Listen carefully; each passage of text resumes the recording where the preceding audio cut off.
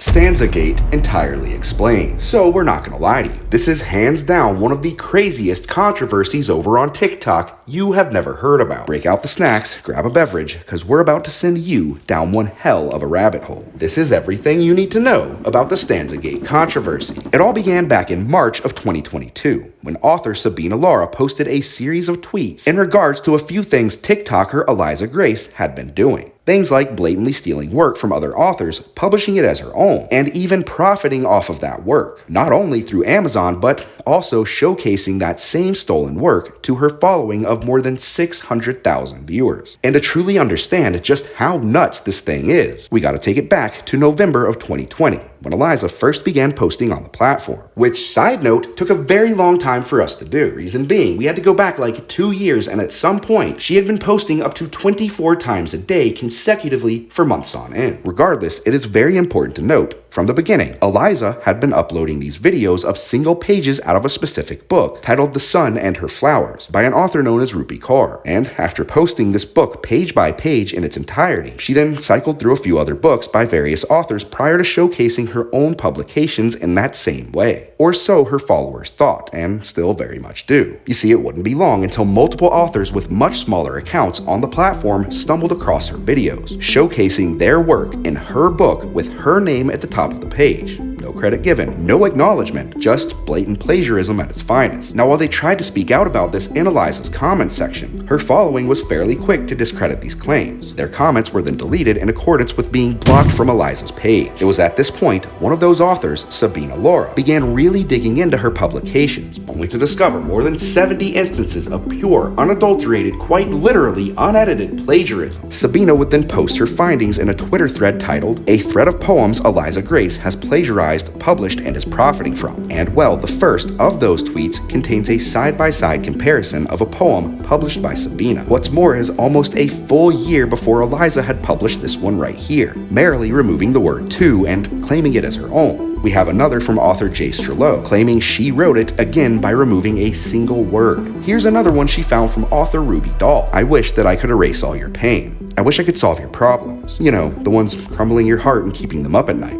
But this wasn't the only thing Sabina found when digging through Aliza's work. Not only were there several pages in these books left blank, some of those pages contained fewer than 8 words apiece. In addition to this, much of the content in these publications had been directly ripped from various generic quotes off of Twitter, essentially making a great deal of what she claims to be her own work simply compositions of quotes that have been widely used online for years. As a matter of fact, so much so, Sabina would later state, "Look, I've had to stop including all the stolen ones from generic internet quotes. Otherwise, I'd have to post every page from every book." Well, not too long after posting this thread, author Christina Marr began working with a lawyer to issue a cease and desist. But to no avail, they were unable to find any form of legitimate contact information for this author. Now, it's worth pointing out, many of these articles state Aliza has done a very good job at leaving little to no trace of her actual appearance online. In addition to this, they don't believe the woman depicted in her Amazon profile to actually be her. Well, if we scroll about halfway through her thousands upon thousands of posts, we find a time where Aliza had in fact started showing herself. But shortly thereafter, she reverted back to her original content and never showed her face again. Now believe me, I know this is a lot, but there's a big reason why no one's really heard about this until now.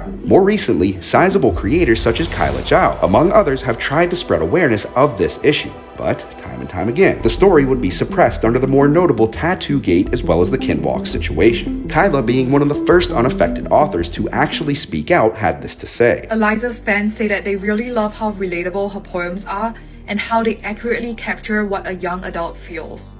But what they didn't know was, Aliza Grace is not a poet, she's a plagiarizer. Most of her viral poems are blatantly copied from other people, both famous and non-famous. This poem about how her trust is like a mirror, it was copied from a quote by Lady Gaga. In addition to this, several of these authors have tried to reach out to TikTok in order to get their work off her page, with only a few of those instances actually being successful. Now, while a majority of the authors want their work taken off the Amazon store, for others, at this point, they simply want her to acknowledge this issue and admit that she's been doing it. More so, I am fairly confident that in the upcoming days after this story gets posted, y'all are going to start seeing more and more authors come forward talking about how this individual has stolen their work. Regardless, my friends and frenemies alike,